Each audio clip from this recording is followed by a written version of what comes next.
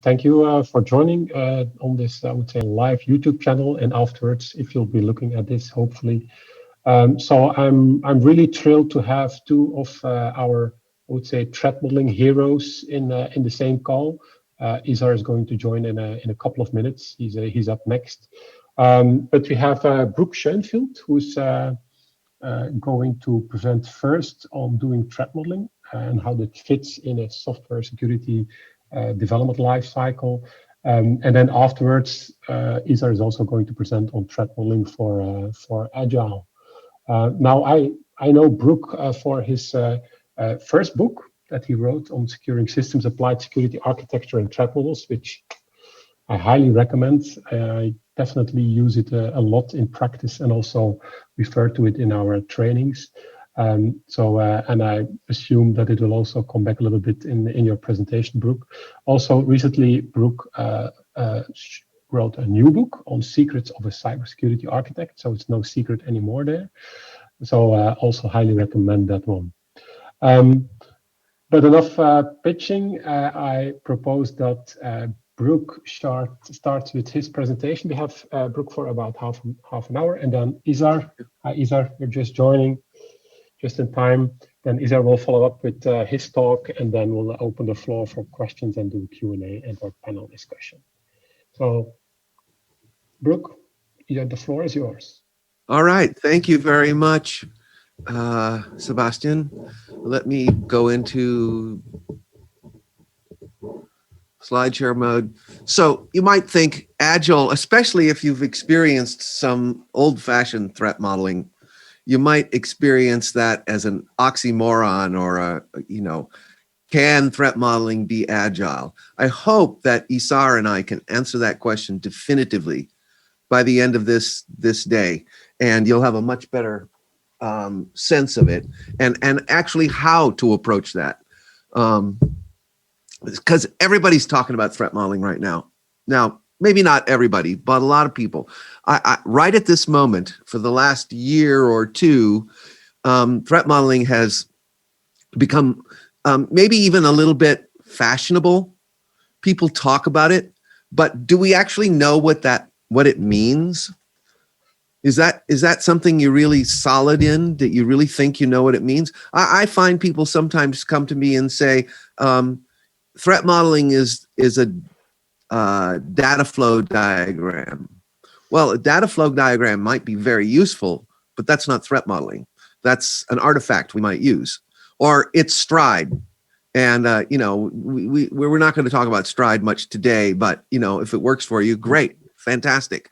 And why is it important? Why should we be threat modeling? I mean, is it just a fashion statement, or is there a reason to do it? I hope I can answer these questions today. And finally, I had a CTO that I worked for at one of my posts, one of my roles, who literally said to us, "Why do I have to pay for this product security stuff? I already pay for static analysis. Doesn't that take care of it?"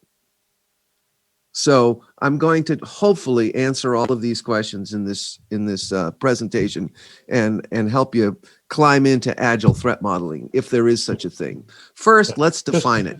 Yeah. Just want to make sure, Brooke, I'm not sure we're seeing your screen. So just to make sure, are you sharing your screen? Because I don't see it. Oh, I forgot to, thank you. Always a little bump in the road. I apologize to everyone for that. Really no sloppy. The introduction was clear. Yeah, no, we had this all worked out. We had this all worked out. Let me go from this slide, and I'll go to the next one. I said I would define threat modeling, and this comes out of some work that Isar and I have been doing for about 5 months. Yeah, Isar? This definition is the definition we arrived at on the Threat Modeling Manifesto, which is, go up there, use it. I'm going to refer to it a bunch today because it was just released about 8 days ago. And so, it's getting out there, and I hope it helps. But this is as good a definition, I think, as any. Threat modeling is analyzing representations, not the system. That would be penetration testing or some other kind of verification step or validation step.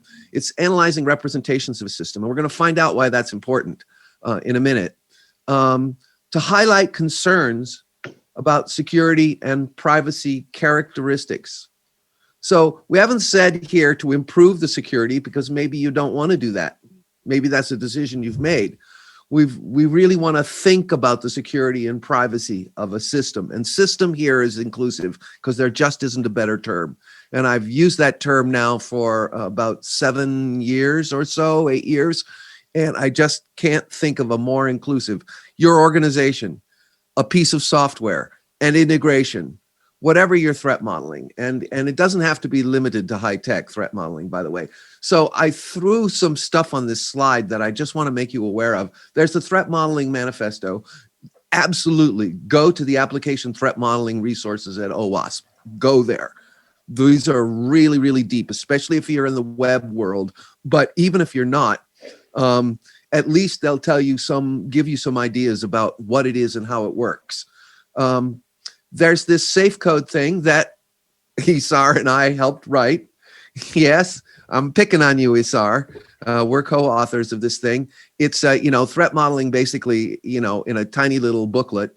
And we also did this thing. If you want to know more about secure design, but Isar and I are among the 14 authors of this IEEE book. These are all free to a good home. So get out there and grab these things.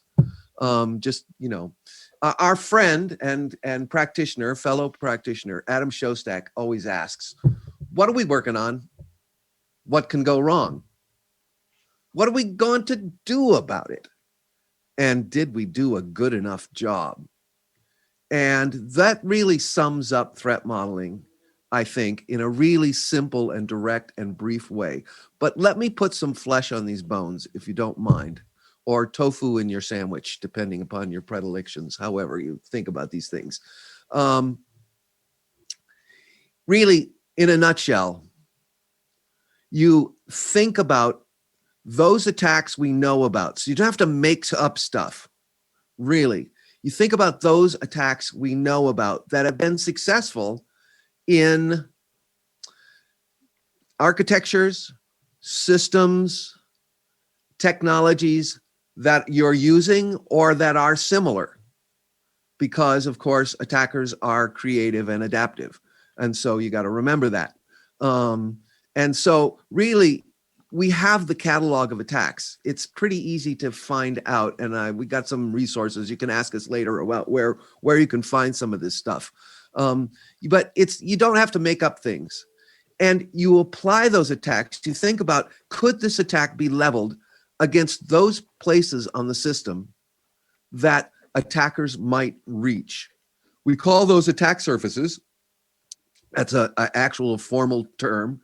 So, if you want to know what it is, but you think about, okay, this interface is exposed to the internet, it's going to get banged. Even if I throw authentication on here, attackers will still bang at the stack beneath the authentication, and they'll bang at the authentication. We know that, 100% sure.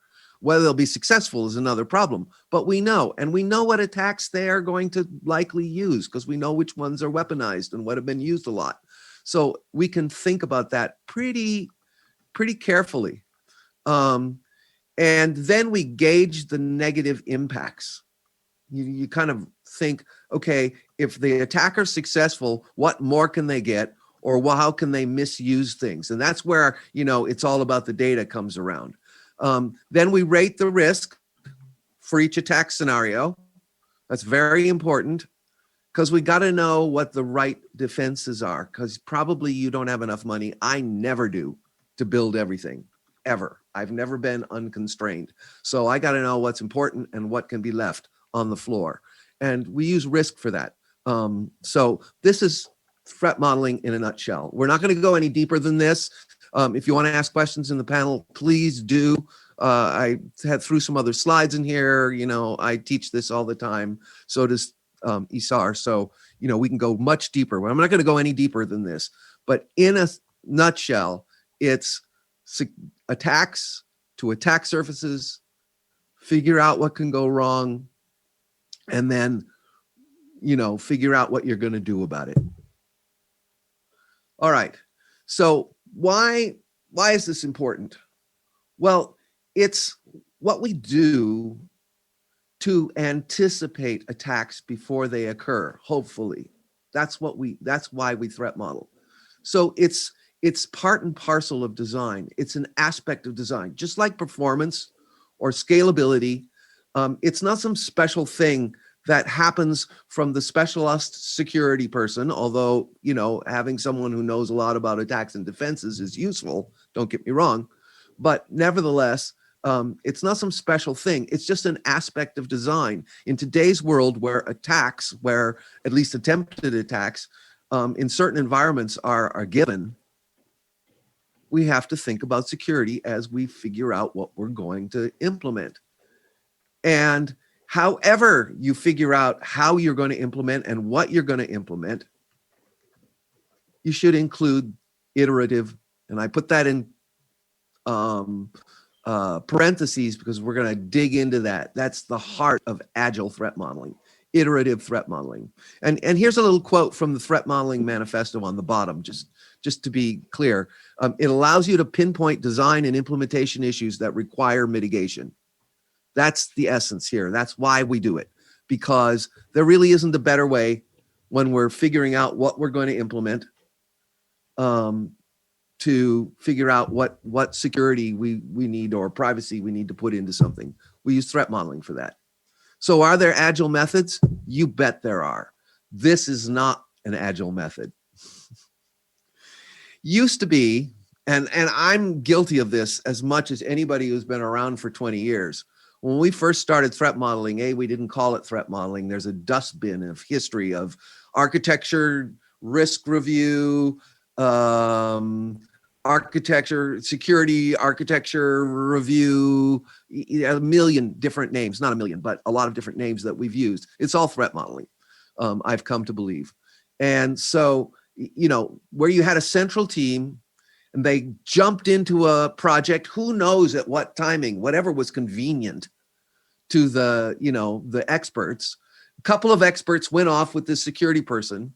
The security person's job was to find as many flaws as possible. That's Gary McGraw's term. I hate it because if I were a developer on the side of I found a bunch of flaws in your design, how does that feel? It feels really horrid. So I don't use that term actually, but Gary McGraw, that was the old way. We want to find what's wrong. This is wrong. You did this wrong. And then you generate a bunch of requirements which cannot be changed no matter what happens. And then you go on to the next threat model and the next project. And that was my life for many years, to be honest. And you caught the problems just before release, which is a little late if you're thinking about that. And so, your Agile teams would come, and this would happen all the time. They'd say, I'm sorry, everything changed as we learned about what we were building, and your requirements couldn't change, so we didn't build them. And what does that lead to? It's not effective. It's awful. So it's taught me that software security cannot be imposed. It cannot. It's earned through the driven and coordinated efforts of a lot of people. And we tried to get that into the threat modeling manifesto with this little quote on the bottom: assemble a diverse team with appropriate subject matter experts and cross-functional collaboration. This quote here that you're reading, if you're reading it, bothering to read it, is from my next book that I wrote with James Ransom, Building Insecurity at Agile Speed. So you're probably getting the drift that I think threat modeling and security can be done in Agile just fine. And actually, we've done it for years. So now I'm exposing my actual opinion here. And it matters. The context of how we do this really matters. So the first thing I'm going to say is, in your organizations, have you bothered to define secure software? Remarkably stable for the last 20 years. If I say software security, Many people, unless they're practitioners, will think of one of these things. They will think of encryption, maybe TLS or HTTPS if you work in the web world, or hard disk encryption or server encryption or database encryption. They'll think of encryption, which is a solution, not a design, right? It's something we do when we've decided we need to do it. Or they'll think of authentication and authorization, which also are a solution. Or they'll think of, just coding errors, secure coding, and the tests we use to help those. Those have been remarkably stable for 20 years, which is something to think about. I personally have put into my last 3 books, actually my last 4 books, a series of attributes, but you could also use Schrader's, which was published in 1976, I think, or that little book that Isar and I worked on, however. But I'm going to suggest that if you don't know what you're designing to, how are you going to design to it? So it's important for you to figure out for your organization, for your development, what does secure software mean to us? And so that you can drive yourself toward it. I cannot design personally without knowing what I'm designing for and where I'm going. So that's my first suggestion. That's first piece to the context. Second, are there constraints? So let me open that up a little bit. For those folks who are writing mostly features and twiddles to a set architecture in a couple of languages, to a set of infrastructure and a set of support utilities and libraries and whatnot, you might be able to get away with a very document, a threat library, and the usual solutions to that. As much of that you can do, that's great. And that's a situation that's actually pretty simple. And we'll talk about automation in a little bit at the end of this presentation, but that's a rife for automation, in my opinion. If, on the other hand, where I've had portfolios where we had everything from thunks underneath the operating system or hooking the bootloader to major global clouds, by the time you wrote those threat libraries, all of that would have changed. So it wasn't worth doing that. That's a situation where you're going to have trouble getting everything said, and you're going to need a lot of human analysis, or at least some human analysis. So that's another piece of the context that you want to think about. And do you have the expertise that you need? Because, as I said, this goes a lot faster when you have someone who has studied the attacks and the relevant attacks and the relevant defenses that will work in your environment. So that's kind of what a security architect usually brings to the table. So the first thing is you got to know, how is software developed? This is a big problem I see a lot out there, is that the threat modeling or the secure design activities aren't aligned well with how development is actually working. So in this talk, we're assuming Agile because we put Agile on the front, and that's what this is all about. But are you doing DevOps? Because that collapses things in interesting ways. The philosophy of that collapses things. Do you have a CI/CD, that is a continuous integration and continuous delivery pipeline? Or are you doing releases? This matters. How is your build and deploy? Is it really large? Do you have epics? Because a lot of the structure will be defined in those epics, typically. And so you have to hook the epics as opposed to just waiting for the Scrum team in the backlog. So these things are all things to consider. And I threw modified Agile up here because that does exist and people do talk about that. Whether, I'm not going to argue whether that's really Agile or not. I'm not interested in that conversation. But if you're doing modified Agile, in what way? And how does that change the way you develop software? It comes down to who designs and when. And I got a couple of examples for you here. Because threat modeling must align with an organization's development practices. This is, again, the threat modeling manifesto. You got to integrate organically or naturally, or developers and if there are developers in the room, hopefully they're all virtually nodding their head, won't like it, and it will get in the way. When you integrate organically and naturally, it becomes part of what we do. And I've seen this. I know it is possible. This is not theoretical. This is from the field. And Isar is going to show you some real field tested stuff in his talk. So if design occurs as part of an implementation, and you see this a lot in startups, and you also see it a lot where people are building proof of concepts or the first or second minimal viable product, MVP, you see this a lot where design is occurring as part of the implementation. Then the threat model unfolds with the implementation. It's just a part of how you think about what you're going to implement and what you're learning.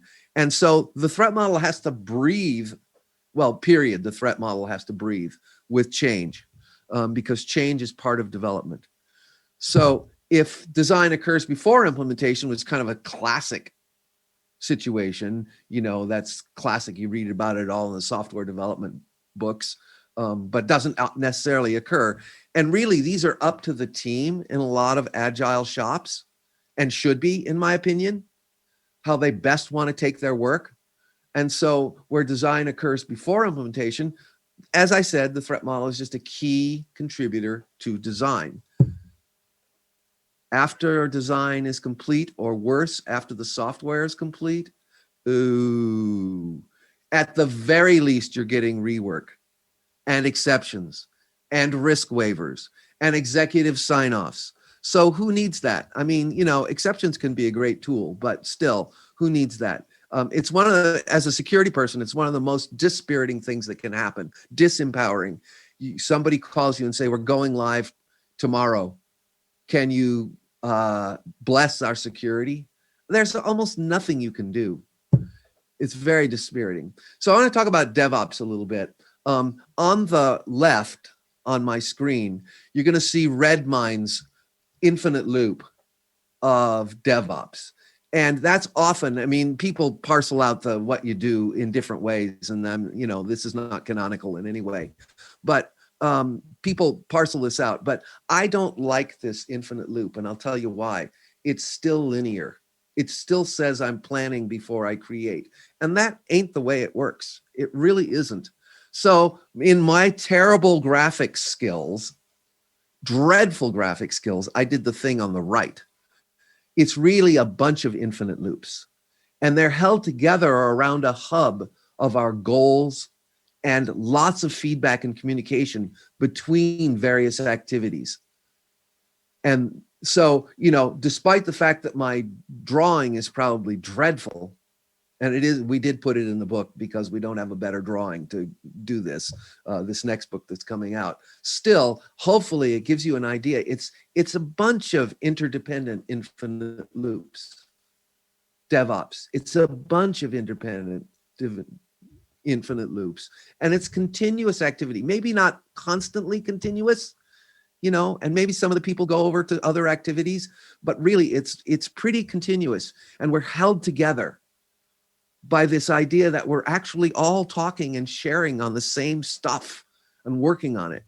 And threat modeling in this situation works kind of like this. I know my little drawing of a iteration, the little arrows on the top are really ugly, but hopefully they give you some idea. Really, in threat modeling, we're really concerned about planning, creating, and verifying. And we're touching the threat model constantly, not constantly, but regularly, repeatedly, to refine and review and change. And then the monitoring, especially in cloud type situations, and in DevOps, we're really monitoring, especially where you have so much code going on, where everybody's coder.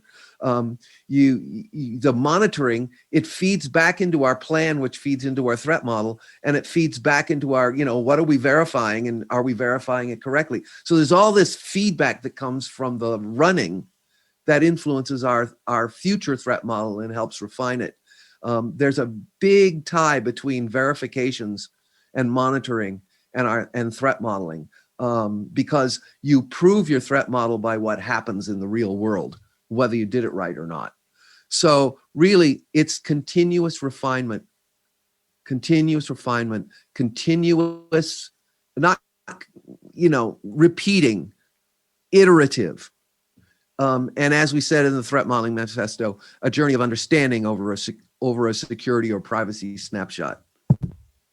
Okay, so finally, what about threat modeling automation? I did say I would cover this.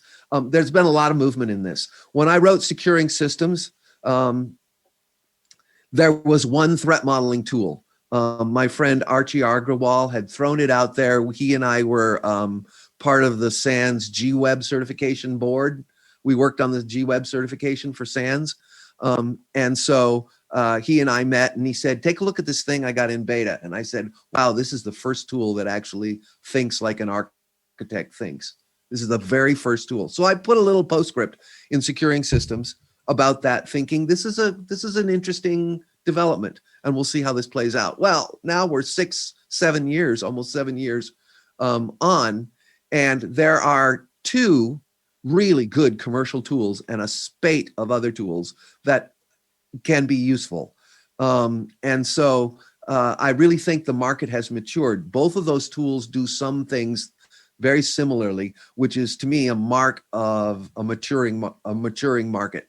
When a tool starts from a different direction and has to put in some stuff that the other guy has, that's a really good sign.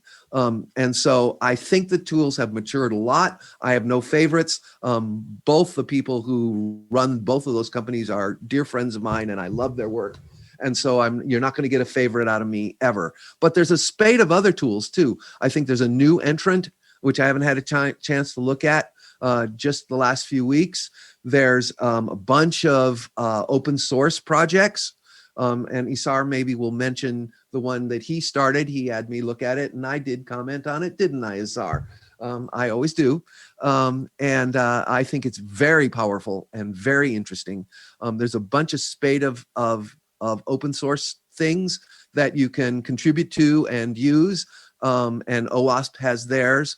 But there's also other tools. At the very least, you might be able to get a tool that just looks like if you did your architecture diagrams in UML, when they change, you could automatically spin off a TM story, a threat modeling story. All of that stuff is really interesting. So there's a lot of automation. So if anybody tells you that there's no automation in threat modeling, they're wrong. But let me set the how I see and you're free to disagree with me, but I think the automation captures that stuff which is well known, which is great, because the first 5 times I said you need to validate your inputs and escape your inputs to avoid cross-site scripting, I felt really powerful, like I knew what I was talking about.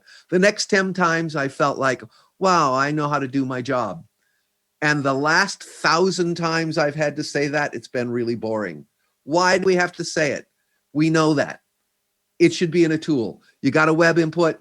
And in fact, you could do what Christoph Kern did at Google and just, write a library that if you don't include and use the library, they break your build.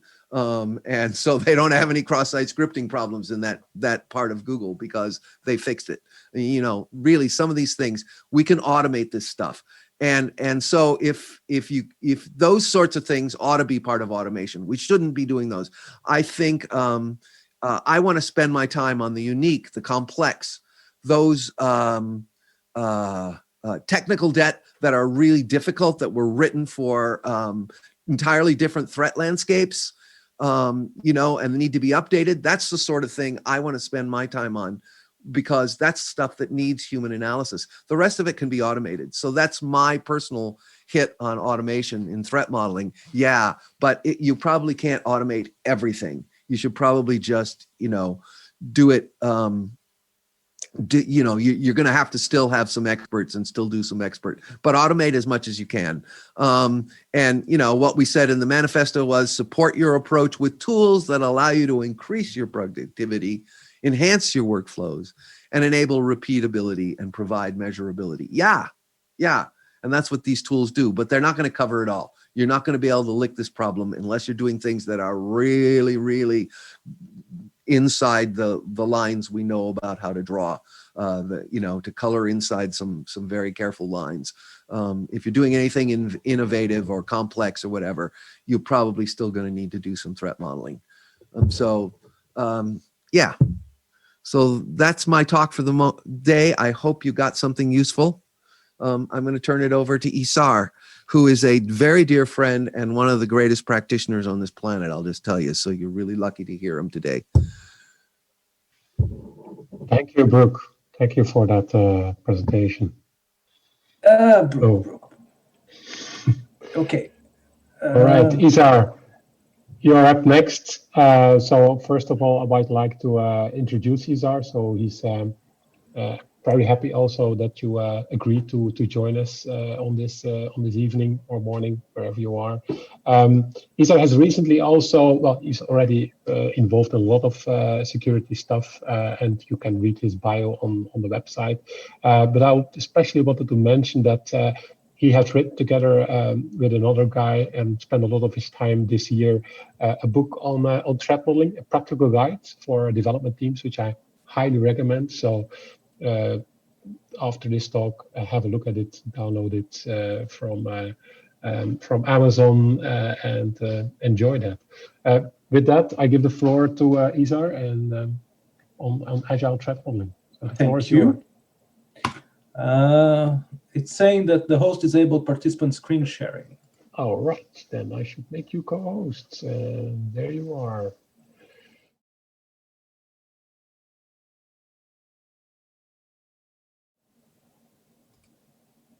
Okay, can you guys see my screen? Yes. Wonderful.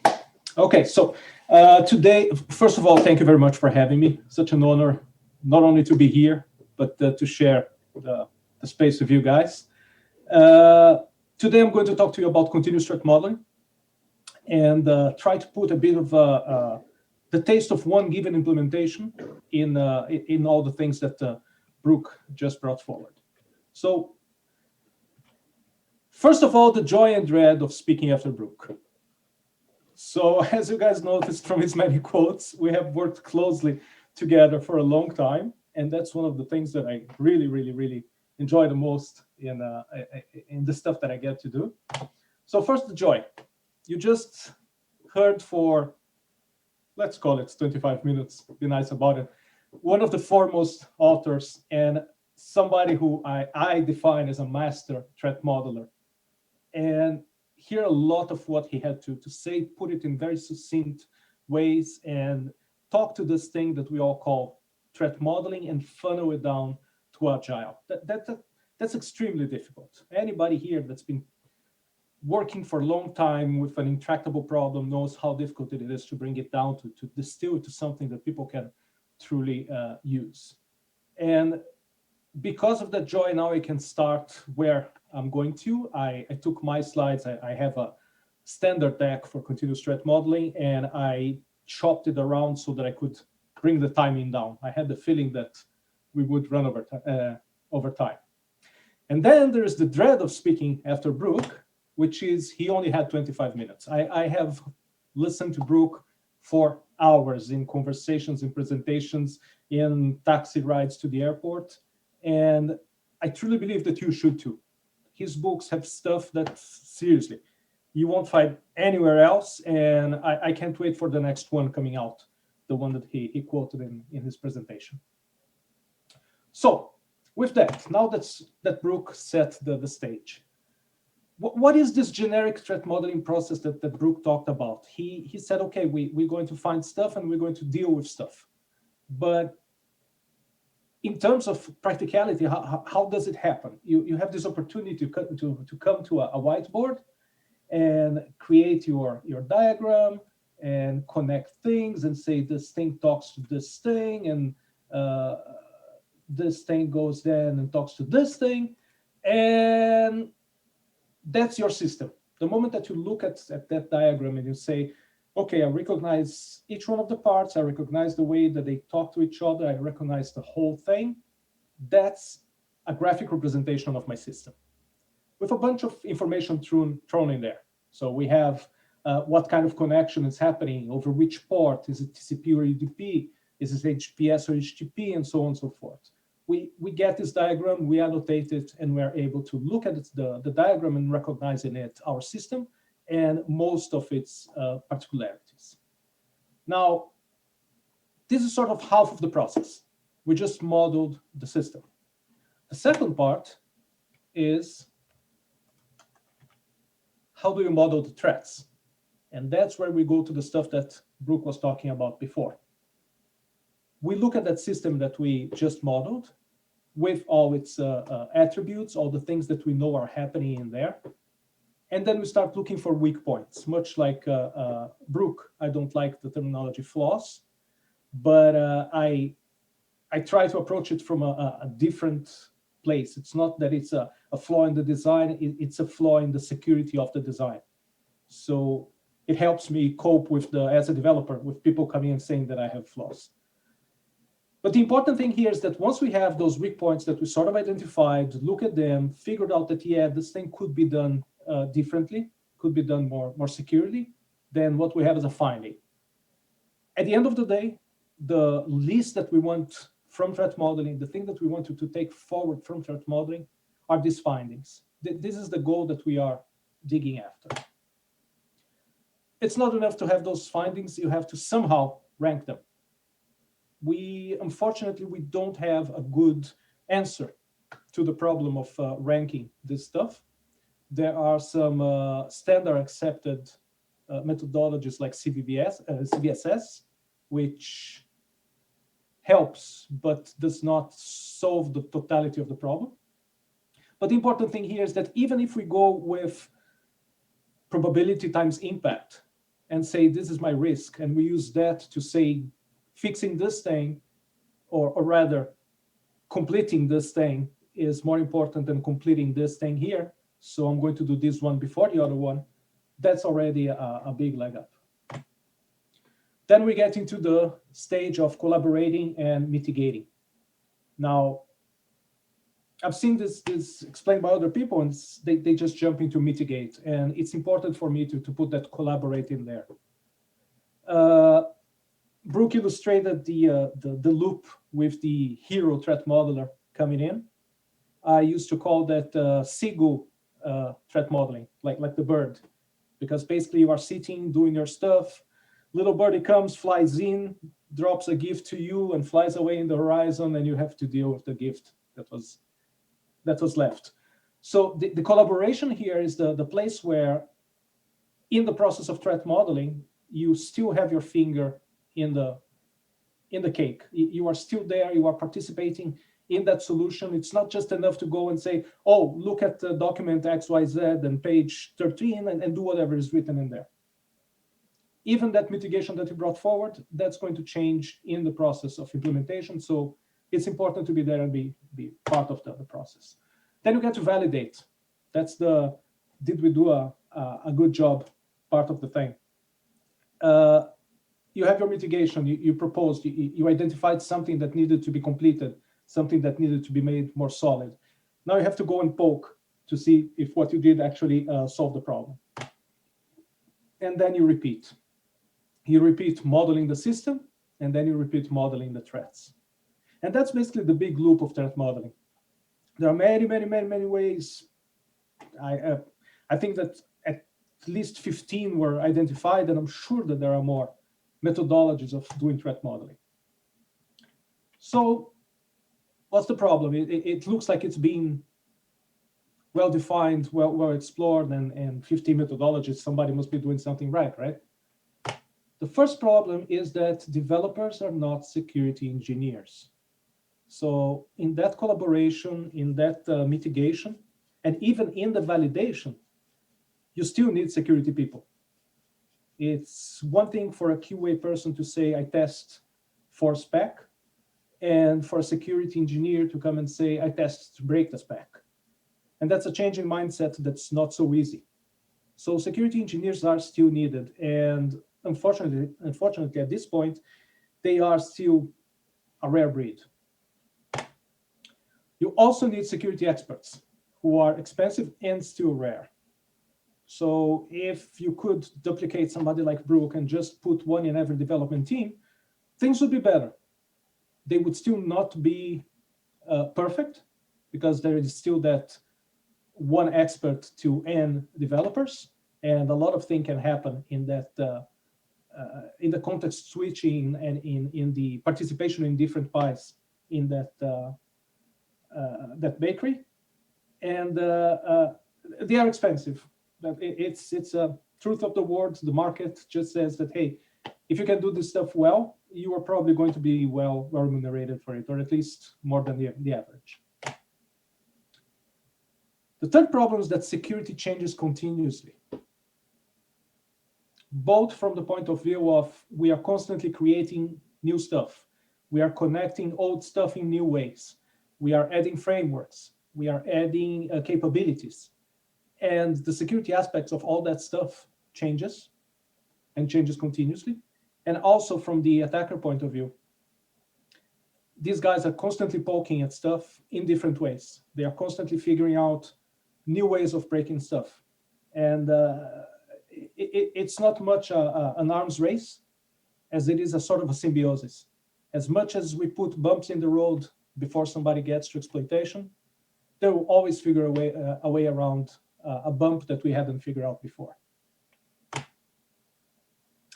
And what we're building changes at all time. And that's where Brooke brought so well, that the implementation changes as the design changes, as the whole thing changes. We are way, at least in most domains, we are way beyond that model where, okay, guys, let's everybody sit down in a room. Let's agree with the design of this thing. These are the blocks. These are how they're going to talk to each other. Now put that in a document, and nobody touches that. That's going to be the thing that we are going to write. That doesn't exist anymore. Nowadays, we have people coming in with a design on a napkin and saying, hey, you know what? This is what eventually I would like to have, something that does this thing here. And then different levels, that person, the CTO, the architect under the CTO, then the chief developer, then the developer, each one of them is going to put their spin on that little thing. And the problems are going to emerge. And each one of them is going to get to a different solution. And then they are going to explore different frameworks, and they're going to explore different stacks and put everything together. So sometimes people try to say, oh, software nowadays is like building Legos. It is. What they fail to consider is that sometimes is that you are shoeless, and sometimes you just step on the Lego, and that hurts. That hurts a lot. And the thing is that now we have to deal with all these changes. We have abandoned all those waterfall methodologies or all those somebody coming from the mountain with two tables describing the system and everybody just going and building the thing. We have to abandon all that. Intermission. So I'm here to talk about continuous threat modeling. That's the methodology.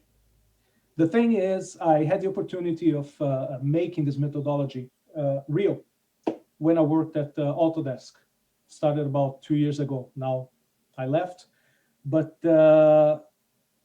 Autodesk was extremely generous in letting the process be open sourced. So I'm going to point you guys later to GitHub, where you can get all the documentation, the Autodesk threat modeling handbook that describes how the whole thing works. But the important thing here to keep in mind is that CTM is the methodology, and Autodesk continuous threat modeling is an instance, an embodiment of that methodology. I constantly use both names, but I hope it's clear from the context what's what. The samples that I'm presenting here, they come straight from the GitHub repository.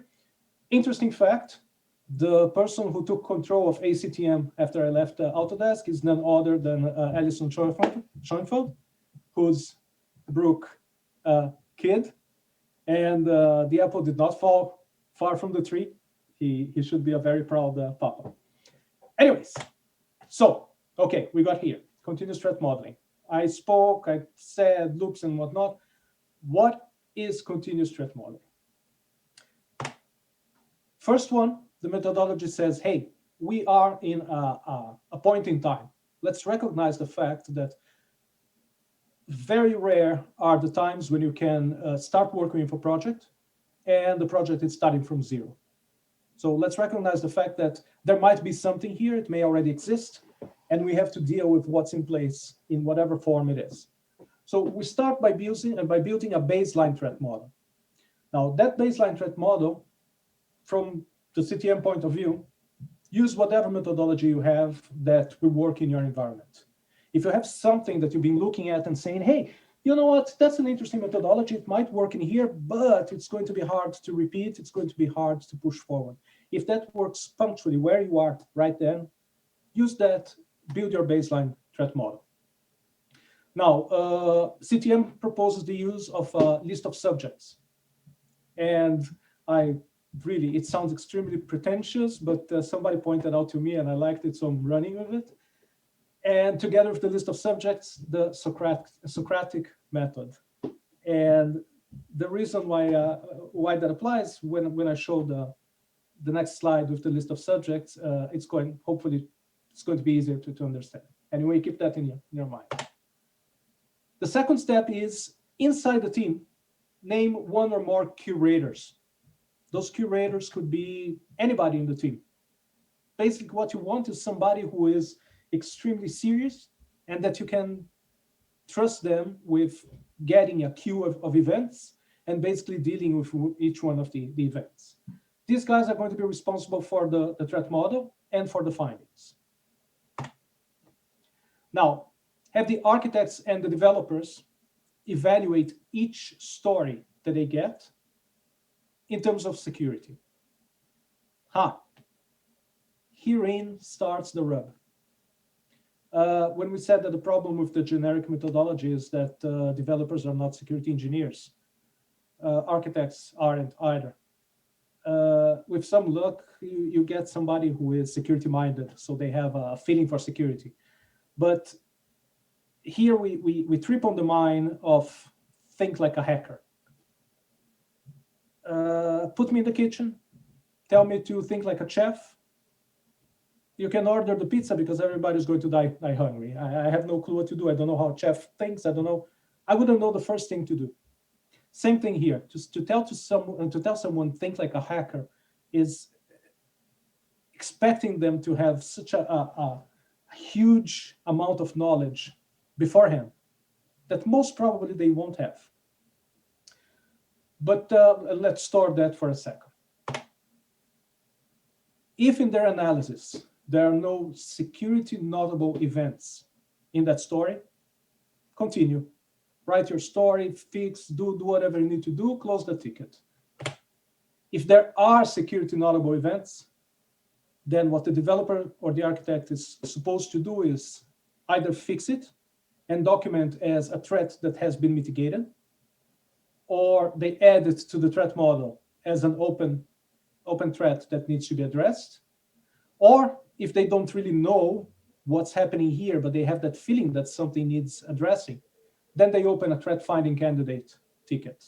Now, I say ticket because, of course, this is based on a queue, and a queue traditionally nowadays uses Bugzilla, Jira, something of that sort. So that's what I refer to when I say ticket. Now, those security notable events, what are they? What's there? Let's just say that there is another checklist that I'm going to show to you guys, and when we get there, I'll explain exactly what they are. Then to close the whole thing, just make sure that the curators keep addressing the findings queue.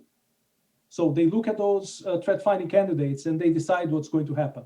Sometimes it's something that should go into the threat model. Sometimes it's something that's just enough to send it in documentation. Sometimes it's even just talking to the guys at the infrastructure, hey, you need to open another port and a firewall.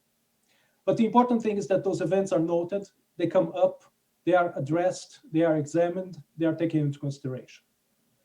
The important thing too is that the curators, as they do this work, they make sure that the threat model is always updated with the latest tickets. So here the thing starts taking shape, because basically what you have is a philosophy of threat model every story. Once the developer gets a story in their hands, in their queue, they look at it and they say, oh, okay, so I have to create a new process. Oh, cool, yeah, okay. Two lines, system or exec, whatever, and I have the new process and it's doing what it needs to do. But then we ask them to look at the the same request and go back to the beginning and ask what could possibly go wrong, and start imagining those things that what could be bad in here, right? So let's first take a quick look at the list of subjects. This is the one, this is not the whole list, of course. This is an excerpt of it, but actually the full list is not much bigger than this. I think that by now it has 12 lines or something. But basically it's a subject list, and it has a couple of simple questions under each one of the subjects. And here's where the, quotes, Socratic method comes in. The idea is to have the team look at each subject and start asking questions, and then ask other questions based on the answers for those first ones. And then keep asking questions until everybody's satisfied that they looked at everything. So, for example, can you clearly identify where the levels of trust change in your model? It's a very simple question. And actually, when you diagram, it's very easy to represent that using trust boundaries. But that's already something, doing the trust boundaries might be something already that you would need a security person to do. They have the concept of trust boundaries. They understand what's the meaning of the two sides of a trust boundary. But a team, on the other hand, they can look at levels of trust change in the model. That's something that they can immediately get into it, because they know that in one side they are simple user, but on the other one it might be root or the DBA or whatever. So that kind of analysis and asking yourself, wait, is it important that we have that change? Or perhaps we could do the same thing with both users? It can open up to a series of follow-up questions. And the idea of those follow-up questions is to reach that eureka moment. Well, the idea is that first they answer all the relevant questions, but many times we see them reaching the eureka moment, which is the architect on the top of the table saying, well, this thing has been designed as 1 talks to 2 and 3 talks to 4. And then a developer, a junior developer at the end of the table raises his hands and says, you know what, we had to change that a bit because of the framework. So they're not exactly talking to each other that way. They're talking some other way.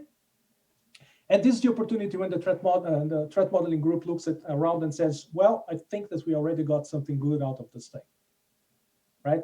So the baseline subject list is there just to help build the baseline threat model that starts the whole continuous threat model loop. Now, this is the one that I really like. This is the secure developer checklist, okay? And you could refer to it as the thing that creates security nullable events. Now, this is a completely different list, okay? You guys probably have seen many checklists in your lives, and it's always, did you close the door? Yes or no? Did you lock the door? Yes or no? Did you check that the door was locked 3 times before you turned around and went on your vacation? So you know exactly what you're expected to do, and you just check mark each one of them. At the end of the day, you look at the checklist and say, well, I checked everything. Yep, I'm fine. That's the traditional checklist. Now, the secure developer checklist follows a format that's called as if this, then that. The interesting part is that the if this, which is the part in black, has absolutely no security language. There's nothing in the, I think, sorry. If you print the list as it is right now, it's one page front and back. So if you look at the black side, there's nothing in there across the whole list that some developer is going to look at and not recognize. They're always going to say, hey, yeah, you know what? I am actually writing a common interpreter, because there's nothing security there, right? But then on the other side, we start with very simple security. So assume all input is malicious. And here's the point where I take a step back and I go back to a rant that I started in 2008, actually way early, but that rant somehow took me to actually try this thing and see if it worked. And that whole rant is based on Richard Feynman's teach principles and not formulas. If we look at security training, the way that it's been doing mostly today, there are already some vendors changing a lot better now. If you look at the training for security, I like to say that it's like a flashlight that's illuminating in the distance. So you have that point of truth, and it opens up and tries to cover this huge wall. And what you get is this very diffuse light. It's not exactly something that can help you a lot. And it's 8 hours every year of a CBT and somebody just pressing space to get to that one multiple choice question with 4 possible answers. 3 of them are completely unrelated to what we're talking about, and the 4th one is blinking. And as soon as the developer chooses that one, we say, hey, you know what? Now you're secure, you're trained, go away for a year, come back, right? And that's diffuse light in the wall. Now, if you bring things to principles, if you bring things to fundamentals, it's like getting this black card and putting right in front of the flashlight, right? You just found this very, very bright spot in there that's going to eventually lead you to all that stuff in the wall. But right now you have a very, very well-defined bright spot that you can look at. And these are what I like to think the principles that I put in this list. So just telling a developer right now, hey, assume that all input is malicious, okay, is one way to make sure that even if one subject that Brooke explores a lot in his books, the security contract between different parts of the system, even if it's well-defined, and you can assume that things are coming well-formed from wherever they're coming from, if something breaks in there by assuming that all the input is malicious, the developer will have an opportunity to think about that security contract again and say, am I enforcing this thing? Is the other guy who's sending me his input, his output, is he enforcing this thing? Okay. Now, as it falls into place, a lot of these principles repeat themselves through the questions, and that's completely by design. So you're going to see assume all input is malicious in 3 or 4 different entries. Now, why is that? Because at the end of the day, the thing that I most want for developers to do with this list is stop using it. And that's why I said, if you print it, it comes into two sides of the same page. I want developers to, at every story, use this list, and at some point say, I already know this stuff, I don't need the list anymore. That's when they build security muscle memory. They stop looking at what they're doing as, okay, I did my stuff, now I'm going to do the security part. And the security part is just part of what they're doing. Now, instead of just blindly accepting a string from the environment, they're going to route it through the library that Chris wrote, and they're going to stop all XSS down the pipeline. So by creating the sensitivity to the security nullable events, by giving developers the chance to develop that security muscle memory, we are basically taking that think like a hacker thing out of the equation, because now they are thinking like secure developers. And the guy in the kill chain who's actually writing the line of code, the guy that actually creates the flaws that we want to go after, stops doing that. So Brooke spoke about the threat modeling manifesto, and I like to think that CTM sort of embodies some, if not all, of the values that we put in the manifesto. And the first one is we prefer a culture of finding and fixing design issues over checkbox compliance.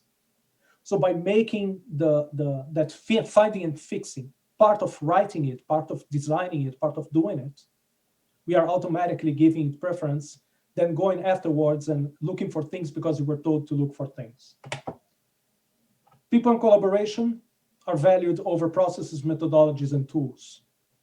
Now, this doesn't mean that we can't use process methodologies and tools. CTM itself is a methodology, but it's a methodology that is founded on people collaborating with each other, closing those security contracts, teaching each other, receiving the ticket from one and interpreting for the other. A journey of understanding is valued over a security or a privacy snapshot. By its own nature, continuous threat modeling. CTM says, hey, it goes on and on and on and on. We start here, we end there today. So it's not a one thing, and it's not just looking at security or privacy.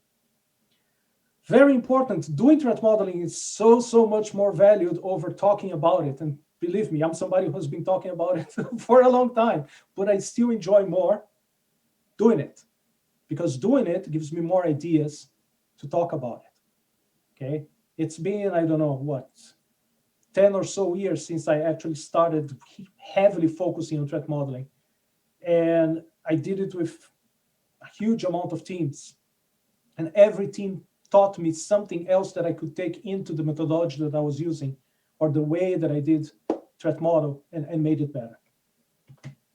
And at the end, continuous is continuous. So continuous refinement over a single delivery.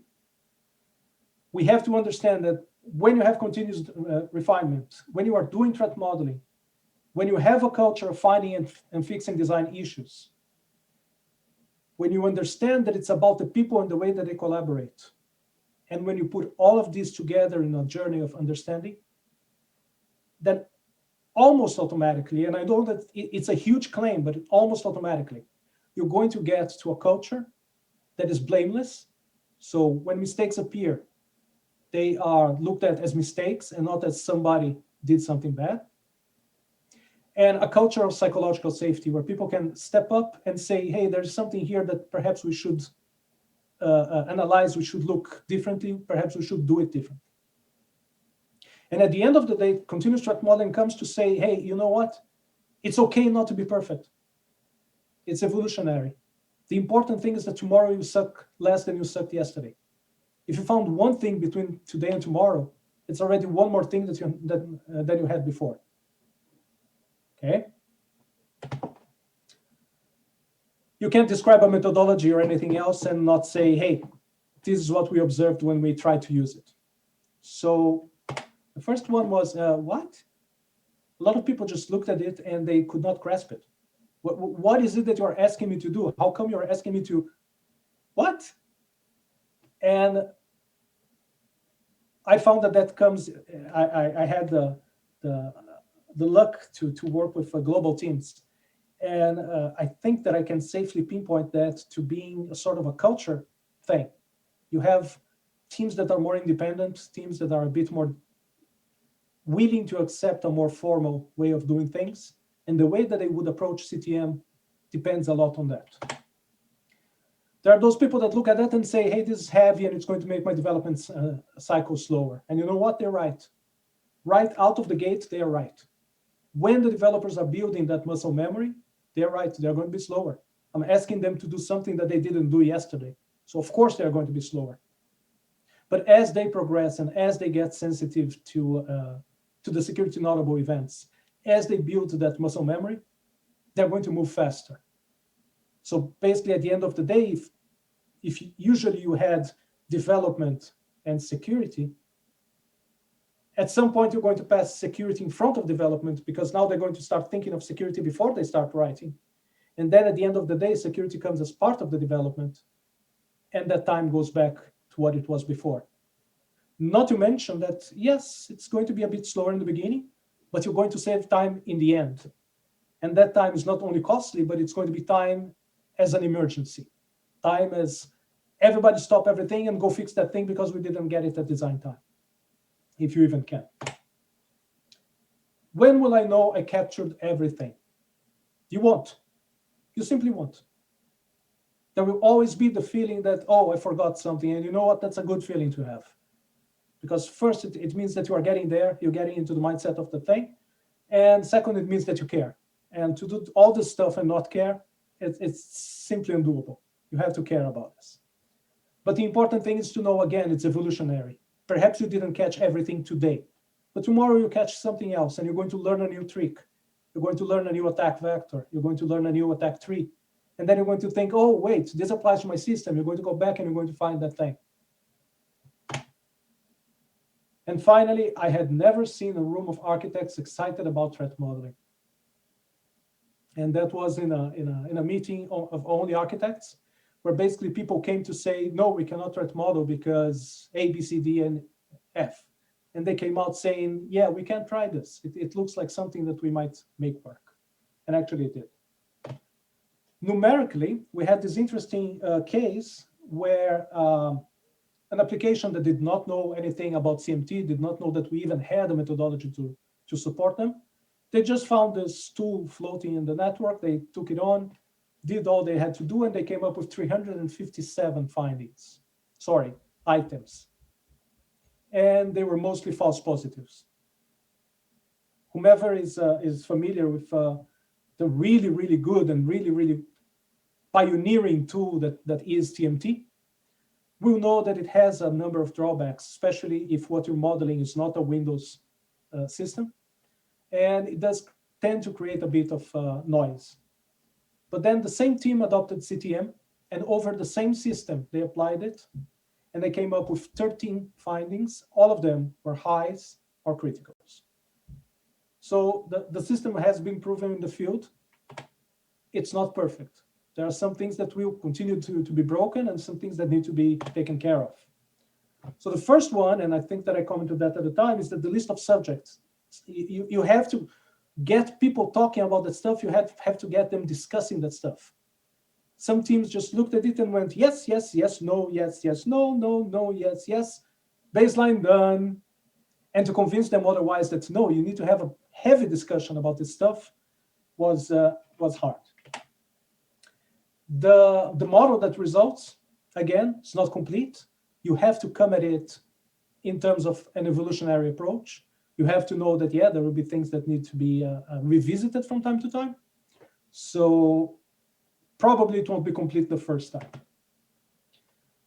If the teams are extremely young, extremely unprepared even to answer the baseline questions, or even if you want to foster that initial discussion, it helps a lot to have somebody who knows security around. Now, the difference now is that that security person is not responsible for every aspect of security in the teams. They are there to foster the discussion, to foster the mindset. And very important, garbage in, garbage out. You only get from the methodology what you are ready to put in it. I wanted to sneak some words about PyTM. PyTM is the tool that Brooke brought up in the beginning. I don't think we have time for any kind of demo or anything, but it's an attempt at threat modeling as code. It uses object-oriented syntax to express elements and their attributes. So the things that you saw in the diagram there in the beginning, we try to say, oh, it's a server, and that server is using HTTPS. Right now, it can create DFDs, sequence diagrams, and do that in a multi-level way. So you can express the same system in one file, but only look at specific parts of it. There is a templating language to create reports. Those reports come out in anything that's ASCII, basically. And you can translate between them with something like pandoc. Right at this time, it has 101 threat rules that come from WASP Top 10, from KPEC, from Attack. And it tries, this is where I tie, why am I talking about this tool at all? This is where I try to tie things together. We have found it supporting CTM because since it expresses the model as code, it lives together with the code that it is actually representing. So you can put it under version control, you can share with other people. It's not operating system dependent. So it does give a lot of flexibility to that dialogue that needs to happen around continuous threat modeling, around the items of continuous threat modeling. Important to say, exactly as Brooke pointed out, it looks for low-hanging fruit. The importance here, to me at least, of the tool is not that it's trying to find things that you wouldn't find yourself. It's just trying to take some work out of your hands. But more important than that, in my view, it's facilitating the way that you are building that common view of the system that everybody can agree, yes, that is the system that we are trying to model. And it's trying to expose those those places where somebody has to go and look at a bit closer. So this is what I had. Some references here. You can find Brooke and myself at Twitter. We also hang at the OWASP Slack on the threat modeling channel. Both of us have some presentations, and Brooke has many others, from EPSA California 18, 19, and 20, where we focus on stuff that we discussed today to a more in-depth. The Autodesk CTM can be found on GitHub. PyTM can be found on GitHub. Secrets of a Cybersecurity Architect, which Brooke, I haven't seen the new one, but to me, it's one of your best works. I think that everybody should actually really go and have a read on that one, not just for the technical side of things, but for the opportunity to look inside the head of someone who has been doing this well for so long. And the thing that Matthew Coles and I put together, the Threat Modeling Practical Guide for Development Teams, where we look at some of the methodologies that are out there. We look at CTM, we look at PyTM, and we explore it in a way that we hope that developers and architects can readily use this stuff. Can I put a plug in for your book, Isar? It's got a comparison of the major threat modeling, not just a comparison, but how useful and what else you have to do. An entire chapter is taken up with that. That one thing is worth the price of the book, because that isn't anywhere else where you can really look and say, okay, what does Pasta bring me, or what does Stride bring me, and what does it not bring me? That one thing. Besides the fact that it's a very thorough. If you buy no other book, buy this book, but because it's a very thorough, description of what threat modeling is and how to do it. But that one part, nobody's got that. You won't find that on Wikipedia. You won't find it anywhere. So let me give a real plug for Isar and Matt's book, because it's a unique. The thing is, there are only 4 extant books on threat modeling. True. Let's be really clear. Isar and Matt's book. Adams is the Bible, if you will. Really. Frank Swiderski's book is now fairly deprecated. It may be worthwhile. And there's my book, Securing Systems. There aren't that many. So, if I was going to build a library, and then there's the Pasta book, which is an interesting, a lot of stuff about risk, which is good. So, that's it. But it has to be said that Securing Systems, I think that the value there is not only as a threat modeling book, but it also shows you the right thing to do. It shows you the many things that could go wrong, but it also says, this is a system, this is a template for a system that does banking in the cloud, and here are the things that you really should look at. So there is both Adam's book and yours, I think that the fact that they focus on the right design, that brings a lot of value to that. Well, thank you. Mm-hmm. That was the attempt. So we and also the fact, and what I remember also from Brooke's book is the credible attack vector aspect or concept in there is a really good one. True. Because we see a lot of what if, and Hollywood scenarios from developers thinking how their software can be hacked. Yeah. And I said, let's start with the basics first. Indeed. Yeah. Well, there's something about that. I think the moment when you're threat modeling and you start to go into an imagining attack or technologies or attacks that haven't yet ever been done and require stuff that nobody knows how to do, you're done for the moment. Yeah. That's a good moment to know what the definition of done is. You've gotten everything that you know about, and now you're starting to make stuff up. That's a time to stop, really. Unless you're doing like major nation state stuff, and you got to do that. But for us mere mortals, probably you can stop there. But there's also the other side of that, Brooke, that we discussed at the Threat Modeling Manifesto, that sometimes people they start looking too much at the shiny stuff, and they forget to look at the low-hanging fruit, the basic stuff, the dumb stuff. Yeah. And you end up with those glaring holes in one side, and everybody fascinated about the side channel attacks. That just happened to me. That just happened to me. I was volunteering on one of the exposure notification open source projects for security. And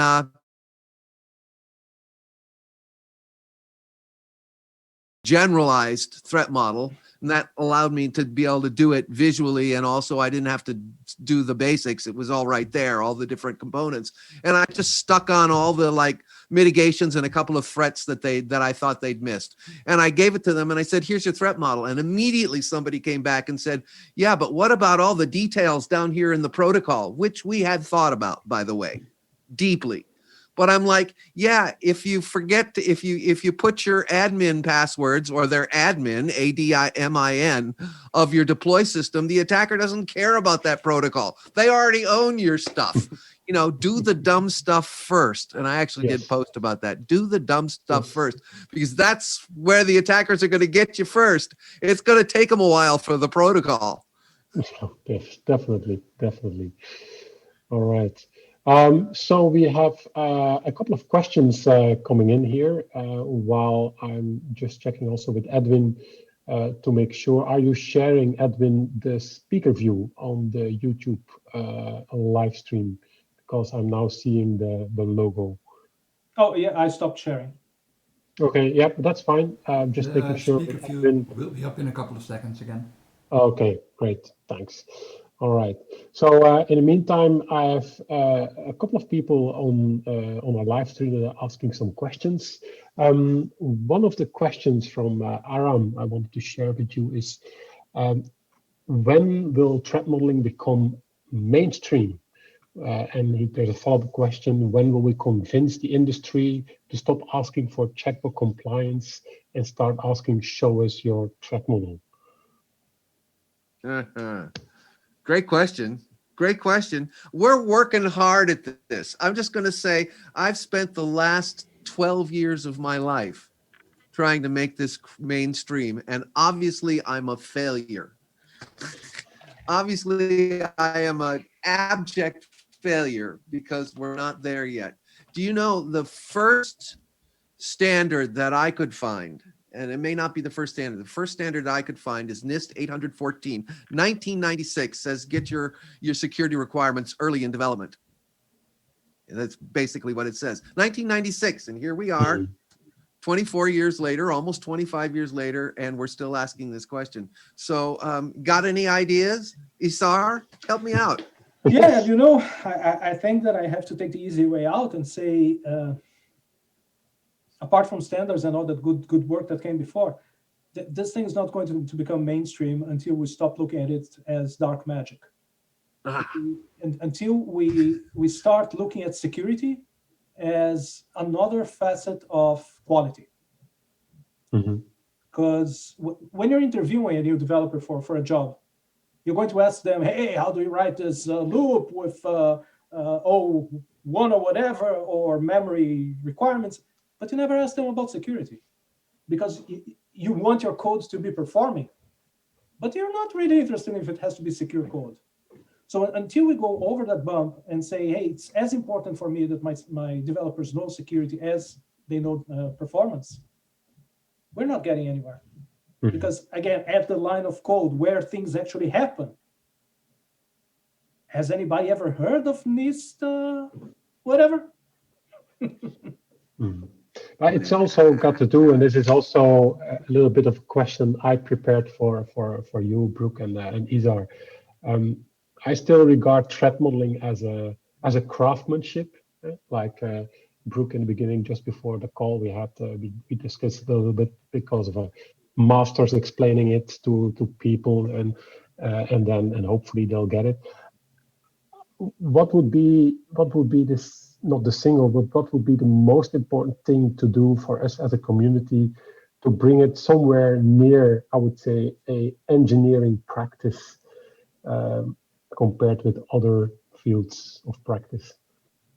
Well, I want to say there's a couple of things here, and there are a couple of different threads. But first, as we said in the threat modeling manifesto, just do it. And stop worrying. We those of us who are security people have to stop worrying about, well, you're only going to find two things, so no, you can't do it, and it's super secret. Well, we trust people with the code, and this is an almost direct quote from my friend James Ransom, but we trust people with the code, and they're doing the code reviews and whatever. If they have the code, they can handle the secrets of a threat model, believe me, because they could stick a backdoor in there, and slip it through code review if they wanted to. And I have actually seen that happen. So, if you trust them with the code, and we have to remind each other that, yeah, it's sensitive, but my experience with thousands of developers, I mean, at one organization, tens of thousands of developers, is when you remind them that it's sensitive, they will go, yeah, right, thanks for reminding me. So, we have to remember, just do it. And as Isar said, you come up with one, right? Great, that's better than you were yesterday. If you come up with 13, fantastic, birthday very much, then you're 13 times better than you were yesterday. Great. So maybe somebody who was a really deep practitioner would have come up with 14 and a half. I don't know. But, that's a pretty good result. So first we got to let go of that, 80-20 rule that says, and this super secret black magic, as you said, Isar. But the other side of it, and this is a place where I think we've been weak, and we're trying to address this with the manifesto, is if we're going to make it a practice, we have to define it. And I said that in my presentation, and I really believe that. One of the threat mining manifesto folks had sent me an email this morning that said, yeah, you seem to do some formal stuff, Brooke. And I do formal stuff to establish a discipline. I don't it informs what I do on the ground, which is, use whatever works. Creativity, adaptability, these are all important as well. But if we're going to have a discipline, we have to tell people what it is. And that's where the formality happens. It's not about saying, only do it my way. There isn't one way. I have seen people threat model from every single angle and come up with great threat models. So I am convinced there is no perfect way. There is what way works for you, because there's a piece of you in this that's creative. But if we're going to form a discipline, then we have to at least have formal definitions that say this is what it is. So there's a place for each. Isar, any? Yeah.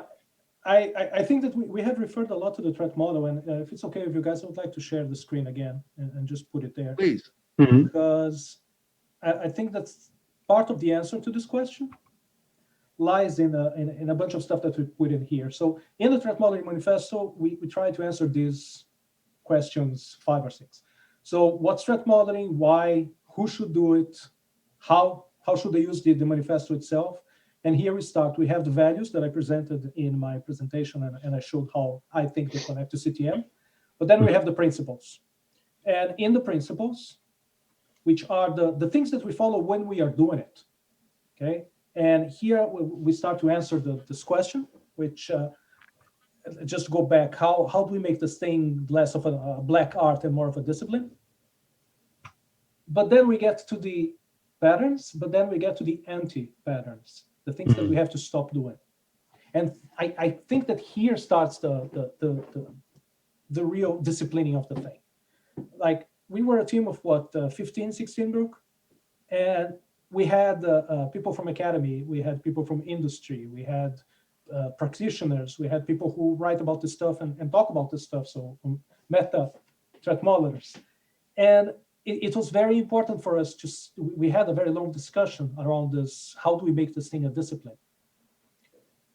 The hero threat modeler was one of the big obstacles that we saw, because that's the guy that comes in with the t-shirt saying, I threat model, and he's the only one who's going to touch the threat model, and he's going to be the seagull that's going to leave the gift and go away.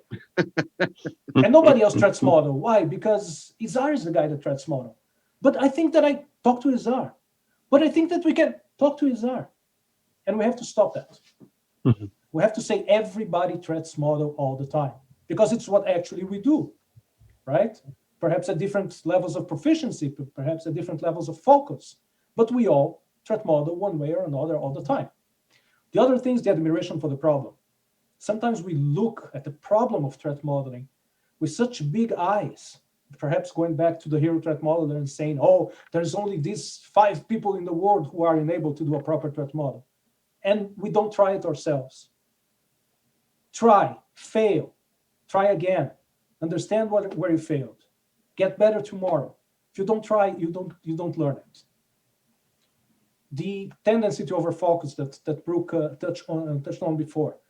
Don't look at the small piece of the puzzle in here and spend all your time looking just there. If you're not having success there, look at the rest. See what you can learn of other parts, right? Mm-hmm. And the perfect representation. There will never be a way to represent a system as good as the code of that system. That's the only perfect representation of the system. Everything else is going to fail in some other form. So don't try to go for perfect. Try to go for good enough, for something that expresses what you're trying to model, something that lets you see the aspects of the thing that you're trying to model. So once you overcome these 4 anti-patterns, I think, you're on your way to start saying, okay, this is the way that I threat model. And then the next step is, this is the way that I threat model that works for this specific place or team or project or whatever. And that's when you start finding your own principles, your own values, and developing your own methodology, the thing that works for you. And at that point, it's not dark magic anymore. Can I tag on one thing that Isar said that I think is really important? And it has to do with the perfect representation. You don't have to know about architecture or be an architect to threat model. You do not. And in fact, I believe most of us threat model in our daily lives anyway. We think about, going on the icy road this evening is going to be risky. Maybe I don't actually need that bottle of vodka as bad as I thought I did, or whatever. Maybe you live in a state where it's legal to have pot and you don't need that baggie of pot as bad as you thought. I don't know. I'm just making a joke, right? But we all threat model to some extent anyway. But I will say that the art of architecture, which is as old as the pyramids, at least those are the first architectural drawings we have, probably older, but at least as old as the major pyramids. We have those architects' drawings. We know that they were doing architecture because we have their drawings and we have their writing about those drawings. This is not a question. This is not a guess. We know. So, the moment you have anything that's too complex to hold in your head, you start to draw its structures and you start to obscure detail. And that's why there's no perfect view, because each view is a representation. It's an abstraction of something you want to examine while removing other detail that just gets in the way. Have you ever seen one of those architectural drawings where they tried to get everything on the same page? Oh my gosh, it's like the eye chart. It's awful. It's impossible. And all blessings to the people who try to do this, but it's just impossible. My eyes glaze over.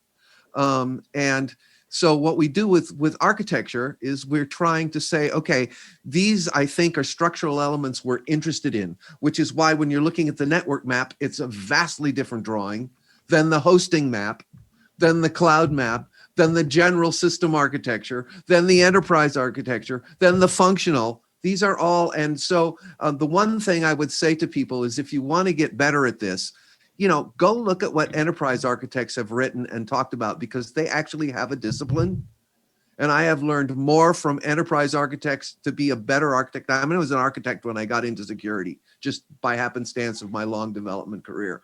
But nevertheless, they refined my architecture to where I feel like I'm a practitioner today, because they have written a lot and a lot of great books, a lot of great writing. So if you're more interested in it and you want to become a better designer, go read about enterprise architecture, because there's a lot there. It's a real discipline. Just wanted to put that plug out.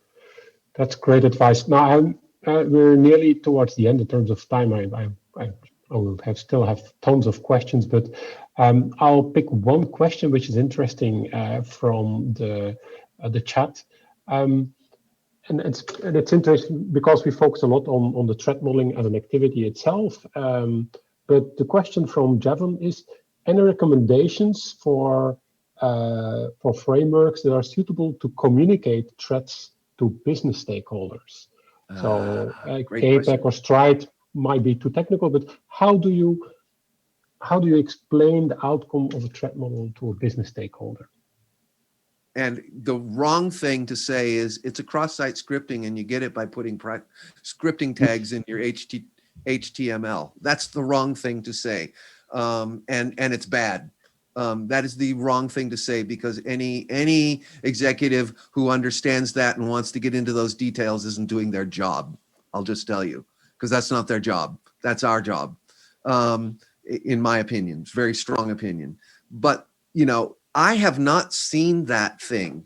I have not seen that resource. So maybe Isar has it, but I have not seen the resource. And that's always been my job, and to teach. And I've, you know, this is not a brag. I've taught hundreds of security architects by now in my career.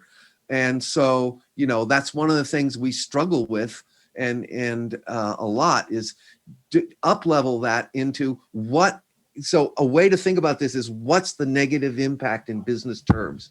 And that's usually what will get the decision maker to understand whether they can take that risk or not. And that's not my decision. Hopefully, I don't want to make those decisions, but nevertheless, that seems to get it. So let me say, in my practice, I say, think about the business thing. And if I go back to a cross-site scripting, your customers are being hurt by attackers. Our servers are not being hurt at all. None of our code is being hurt. It's being abused as a vector of attack. But our customers, so if you don't care about your customers, great. Let them get whacked by cross-site scripting. If you do care about your customers, then maybe it's a problem, right? And that's business terms. You see how I've up-leveled from cross-site scripting as scripting tags to what it does to our business. If I'm going to see my customers multiple times, I don't want them to be hurt by my website. Right. And I think that together with that, the way that I distill the whole thing is to say, it's always a business case at different levels. So if I'm presenting risk to the developer that's going to fix it, I'm going to present that risk as your input is being codified in a different way and you're getting an XSS the other way. If I'm doing that to the executive, then it's going to be in terms of your brand is going to get a hit because people will know that your site doesn't protect itself well. And to each one of them, that has a value. To the developer, it has a value in hours. How much more work is going to be for them? To the product manager, how much that's going to push my delivery? And to the executive, it's going to be millions of dollars. So finding that word, that vocabulary that applies to each one of the different levels of business cases, like look at the term business cases more as the idea of presenting something in a level, in a way that's interesting to the person that you're talking to, and less like business. And that's the secret. Now, just as a parenthesis, there is a new threat modeling tool that appeared lately called Agile by Christian Schneider, I think is his name. I'm so sorry if I'm getting the wrong name. But one of the good things about the tool is that it does a lot of what the other ones do. It's also a threat modeling as code starting from IAML, but they have what I think I have seen as one of the most complete ways of generating a report and presenting that risk. It's standardized. I believe it's flexible. I haven't played with it yet, but I remember distinctly that was the first idea that I had when I saw the first report that I generated. My God, this is something that I can hand out to an executive, and they are going to understand it. Okay, so again, I think it's just not just, but I think it's a clear case of translation, going from level to level, improving that business case, translating it to the next level. So I'm going to put a plug in here for FAIR, Factor Analysis of Information Risk, right? Which is all the risk methodologies that I use are based on FAIR. I'll just let you know. But his book, Jack Jones's book, and he's the guy who invented FAIR, goes into how you translate into potential loss events. And using that term, he doesn't even like risk, because can we calculate risk in information security? Not yet. We don't have actuarial tables. So that's real hard. And CVSS doesn't get it. As you said, it's a piece of the puzzle, but don't rely on it by itself. And there are a lot of reasons. I've written a lot about this. Go look at that stuff. But nevertheless, look at FAIR, because in that book, he describes how you get to those to that kind of terminology, a business case, as opposed to the technical piece. And I'll throw in another thing, potential book writers. There's a book here. There is a big book here. There is a big book here, yes. All right. Well, with that, I think, unfortunately, we're at the end of our session. Isar, Brooke, thank you very much for joining us. Thank you. Hopefully, in the future, we'll be able to see each other in real time, in real life again. Until then, we'll see each other online. So thanks for your participations, and see you soon. Thank you. Thank you very Thank you. much for inviting me. Oh, and anybody with more questions? Again, we are in the OWASP Slack channel, so drop by and Yeah, hit us. we're there. Yeah, Hit us up, definitely. please. Yes. Yes. Other questions. Okay. Or hit us up on Twitter in a direct message. My direct messages are open. That means I get trolled all the time. I throw those out. Same here. Okay. Awesome. Thank you, guys. Gentlemen, thank you very much. Enjoy your day.